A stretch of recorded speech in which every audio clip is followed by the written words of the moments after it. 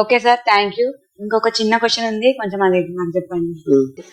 చెప్తాను, అడగండి, no problem. Construction గురించి కానీ ఏదన్నా అడగండి, నో ప్రాబ్లం. నాకు వచ్చిందంటే చెప్తాను, లేకపోతే క్లోజ్.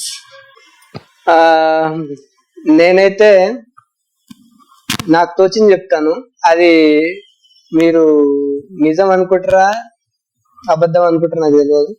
సరే, మనం ఒకవేళ మనం కొత్తగా ఛానల్ పెట్టినా, లేకపోతే ఏదైనా పని కొత్తగా చేస్తున్నాం, ఏదో పని చేస్తున్నాం అంటే ఫస్ట్ ఎగబడి చూసేది మన శత్రువులు మాత్రమే. మన శత్రువులు ఎవరైతే ఉంటారో వాళ్ళే ఎగబడి ఫస్ట్ చూస్తారు. ఒక్కసారి మన పని ఒకవేళ మీ లాంగ్వేజ్ లో మీరు చేస్తున్న వీడియో ఒకవేళ వాళ్ళకు నచ్చకపోతే, అంటే మనము రీచ్ అవ్వట్లేదు, వీళ్ళకు ఛానల్స్ సబ్స్క్రిప్షన్స్ రావట్లేదు అనేసి వీడియోస్ బాగా రాకపోతే వాళ్ళు నవ్వుతారు. నవ్వి ఇంకా చూడాలి వీళ్ళని ఇలా అంటే ఎలా బ్లేమ్ అవుతున్నారని ఇంకా చూడాలని వాళ్ళు చూస్తుంటారు, ఎక్కువగా వాళ్ళు చూస్తారు.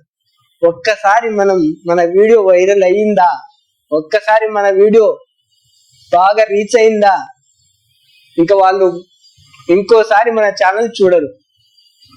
అంటే ఎక్కువగా చూడాలంటే శత్రుత్వం ఎక్కువ ఉండాలి. ఫస్ట్ ఒకసారి రీచ్ అయిన తర్వాత శత్రుత్వం పోగొట్టుకోవాలి. మన శత్రువులే బాగా చూస్తారు అనమాట మన వీడియోస్ కానీ మనం చేసే పనిని కానీ. ఫస్ట్ మంచిగా ఉంటే నవ్వుతారు, లేకపోతే మంచి క్లిక్ అయితే మళ్ళీ మనకెళ్ళి చూడరు. అదొక అసూయ, వాళ్ళకు అదొక జ్ఞానం, ఎందుకో మరి తెలియదు. అందరినీ ఎంకరేజ్ చేయాలి, మంచిగా అందరూ బాగుండాలనేసే ఉద్దేశం చాలా మంది తక్కువ ఉంటుంది.